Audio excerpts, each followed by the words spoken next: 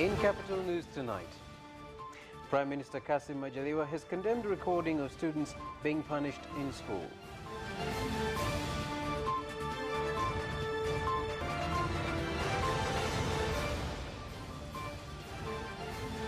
Three rangers have been killed in an attack by herders in Uvinza district, Kigoma region.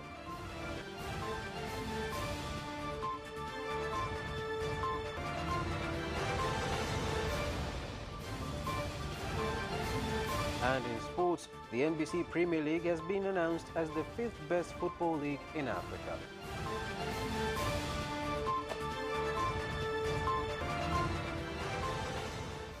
Good evening, ladies and gentlemen. This is Capital News at 9:30. My name is Carlos Banda. First, the national news. Prime Minister Kassim Majaliwa has condemned the habit of recording students being punished in school and the videos circulated on social media. Prime Minister Kassim Majaliwa made this statement in Parliament in Dodoma today during the question and answer session.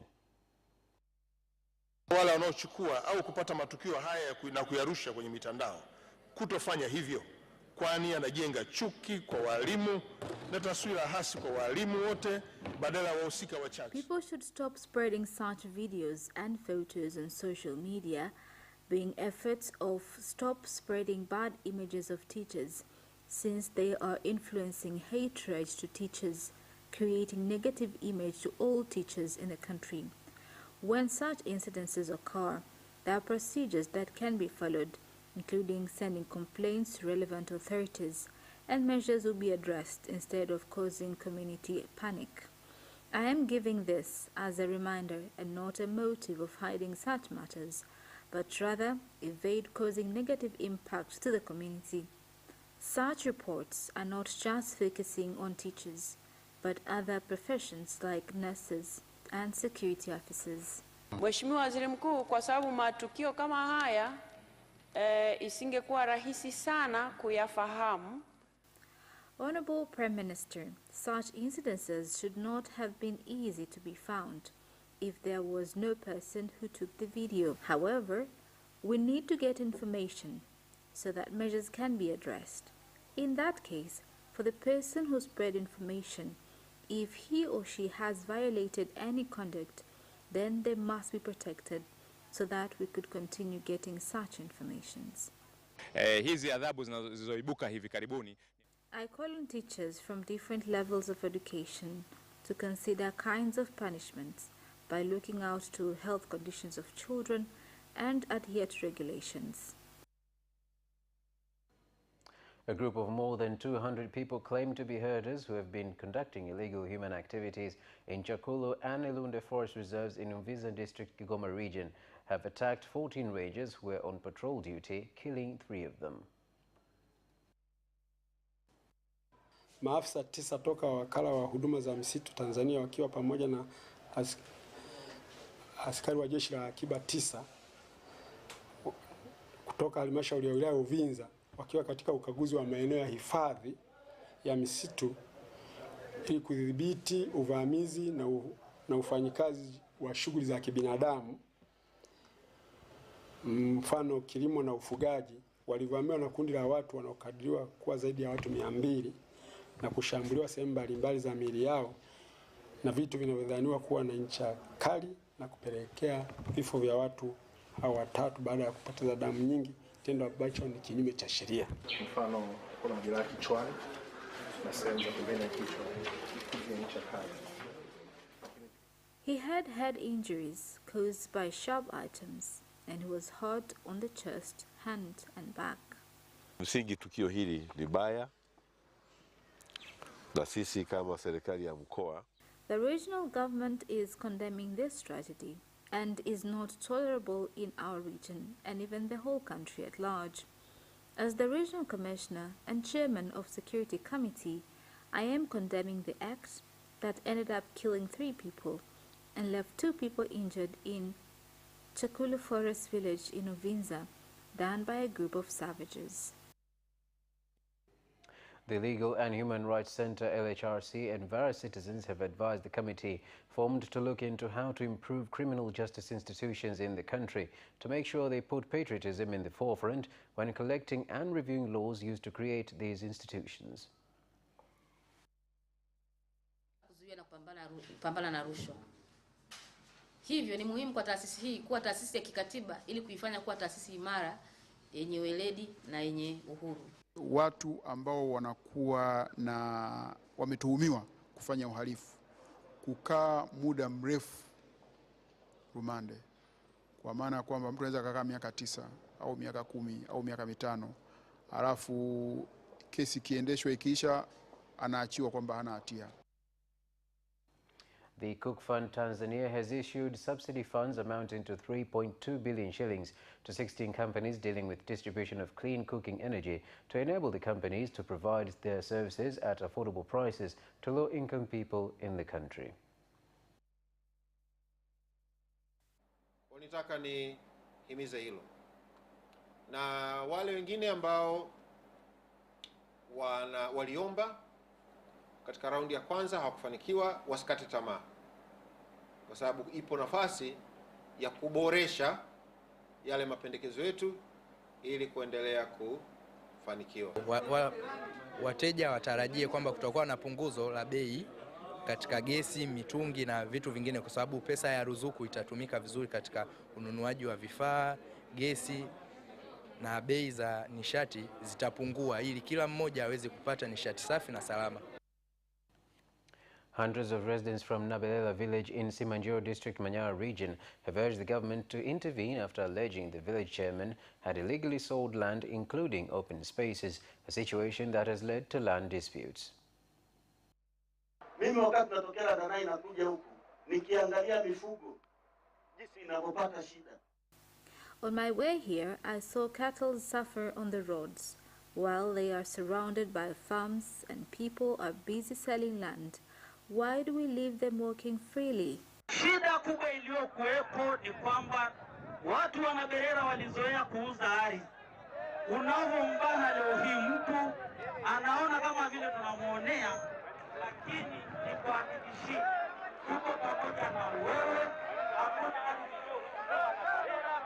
tuko salama.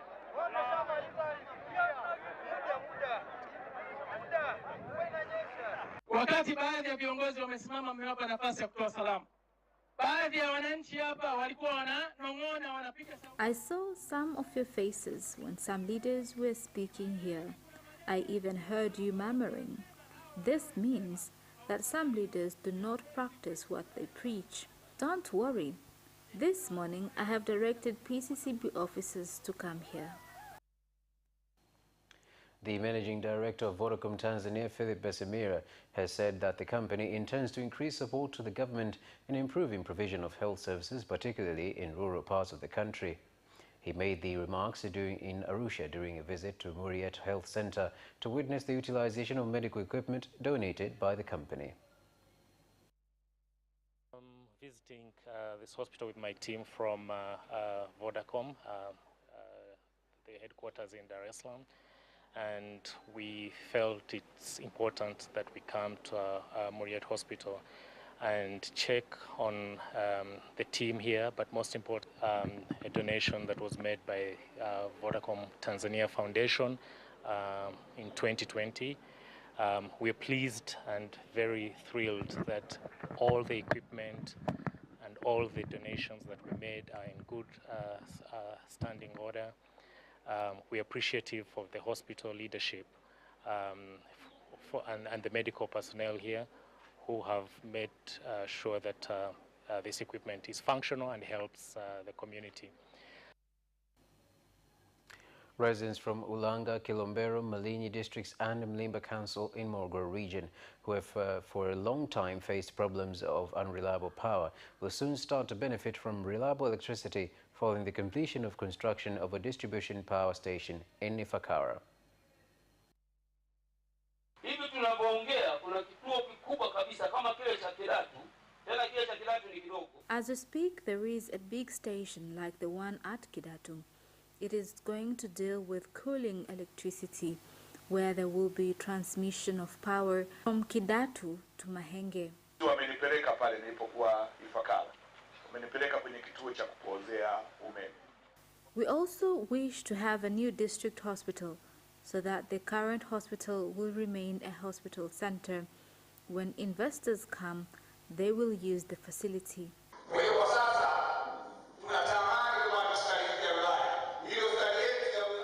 When I was at Ifakara cooling station, my question was, when will it be ready? They said that by end of March or early April, the station will be complete, and all 4 lines of Mlimba, Malinyi, Ifakara, and Mahenge will be already connected. Kinondoni Municipal has started to implement an operation against loitering livestock that will involve livestock keepers in all wards, whereby animals found to be loitering will be confiscated and taken to an area in Mlola Mabepande and their owners issued with fines. Ukikutana na mfugo barabarani, tutauchukua ama tutaichukua na tutaipeleka kwenye eneo letu la Malolo pale Mabwepande. Muhusika atakuja kuikomboa mifugo yake pale, na atakapokuja itabidi atueleze anaidhibiti vipi isirudi barabarani kabla ya kumruhusu kuichukua. Atalipa faini, atatueleza anaidhibiti vipi mifugo isiendelee kuzurura barabarani na kuleta athari kwa wananchi. Tumekuwa tukijitahidi sana pia kushirikiana na manispaa kwa ajili ya kuondoa ile tatizo la uzurishaji wa mifugo, kwa sababu pia tunawaunga mkono. Mimi ni mfugaji, lakini pia sipendi kuona mifugo inazurura, kwa sababu inapokuwa inazurura inaokota uchafu, nakula makaratasi, nakula misumari. Kwa the end of the day unakuta ng'ombe wako anaumwa. Ladies and gentlemen, that sums up the national news. We'll take a short break and return for international news.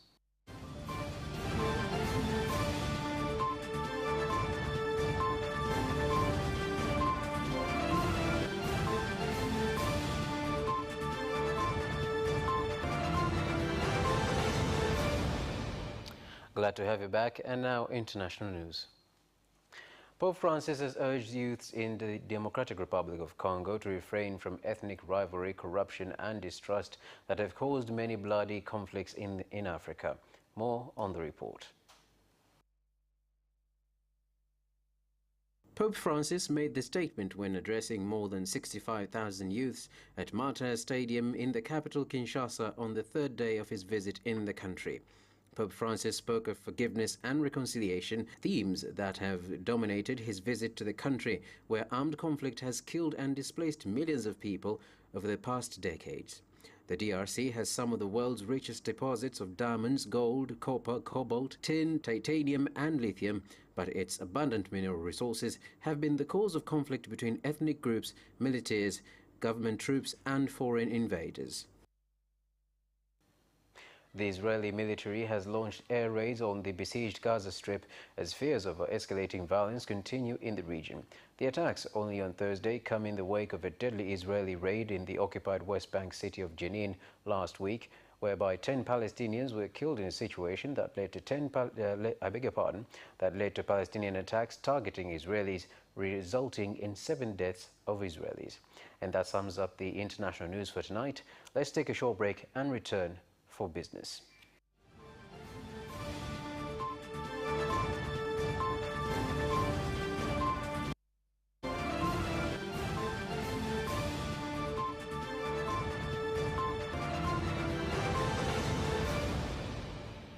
Welcome back, and now business news.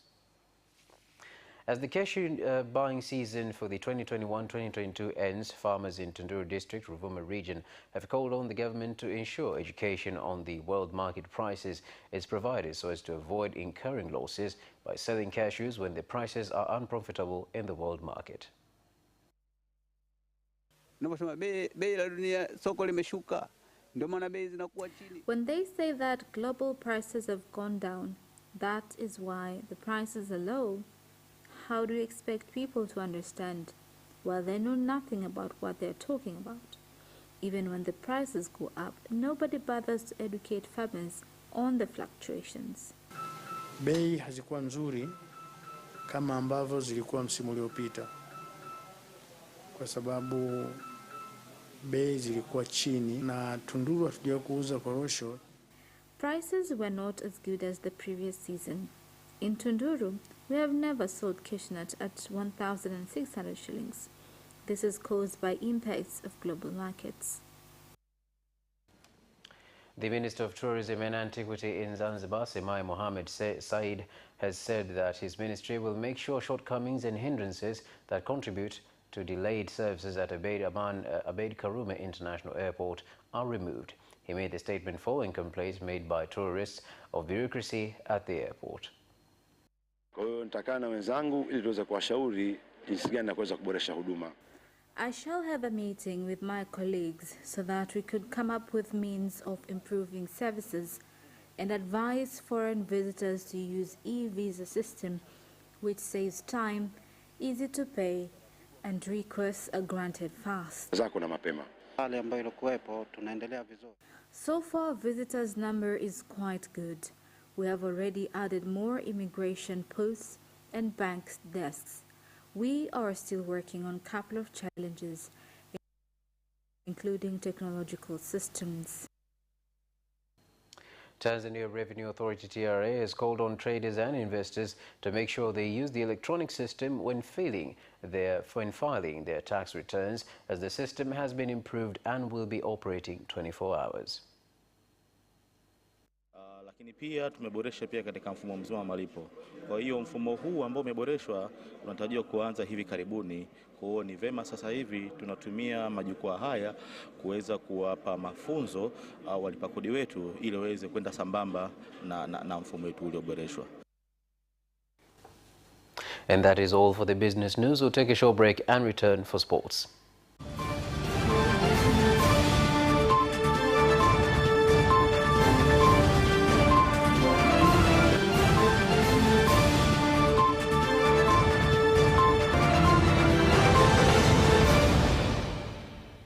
Welcome back, and now sports news. The International Federation of Football History and Statistics, IFFHS, has announced the best leagues in the world, with Tanzania coming 5th in Africa. Here are more details. According to the IFFHS, who use statistics to determine the best in football, including the best national teams, the NBC Premier League is 5th in Africa, behind Sudan, Morocco, Algeria and Egypt, who are in 1st. According to their list, Tanzania is above South Africa and Senegal with regard to the best league in Africa. The Baseball Africa director Mario Signorello has said that they aim to get as many talents as possible in the country to play the international professional baseball, as talents can come from anywhere in the world. This is, I was surprised. There was definitely some kids with some talent here, and in fact, they were so efficient that I recruited 2 of them to help me do. I pitched in college a little bit, not very well, but I pitched enough to graduate, and I got 2 of them to come and participate with me, and they taught the younger kids really well. But the other part that impressed me, and I've done clinics all over in 4 different continents, is one young man took it upon himself, and what we do is when we teach pitching, we just teach balance, how to be able to throw straight. And he took the 10 kids aside who had already pitched, and they did the whole practice. He had them doing all the mechanics themselves. That is quite an interesting description. Heading on, former Simba sponsor Azim Dewji says he plans to use the Tanga Derby friendly between African Sports and Coastal Union this Saturday night to sensitize blood donation. Vile tuwasaidie wenzetu wa Tanzania, wenzetu ambayo wanaumwa, ambayo wana shida ya damu. We wish to help our fellow Tanzanians who are sick and in need of blood. So, I've also decided to volunteer using almost 10 million shillings, and we are going to Tanga. We urge fans of Coast and the fans of African sports, as well as those who love God, to come on Saturday. Ali Mohammed, a resident of Mbai East Street in Mtwara, Mikindani Municipal Mtwara region, has won 1 million shillings from the Mchezo Super Draw broadcasted on ITV 8 o'clock news after the sports segment. Nimeingia kwenye simu yangu ya shilingi milioni 1 kama mshindi wa Mchezo Super. Nashukuru sana. Sikutegemea kupata hela kutokana na ilikuwa nimesema kwamba nicheze kwanza Mchezo Super, huenda nitapata hela. Matokeo yake ni kweli nimepata hela moja kwa moja kwenye simu yangu. Nimecheza mara 3 Kwa hiyo sikukata tamaa hata mara moja, nikaamua niendelee kucheza. Kwa hiyo nashukuru imeingia milioni 1. Congrats to his victory. And that sports item ends our news bulletin for tonight. Thank you so much for watching and good night.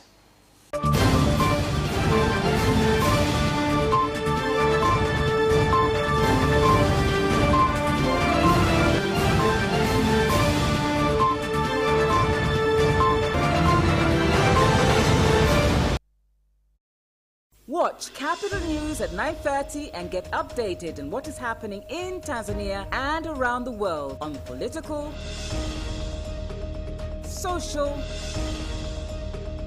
and economic issues and events, without forgetting business and sports news. You can get it all right here on Capital News at 9:30 from Monday to Friday on Zuku Channel 06.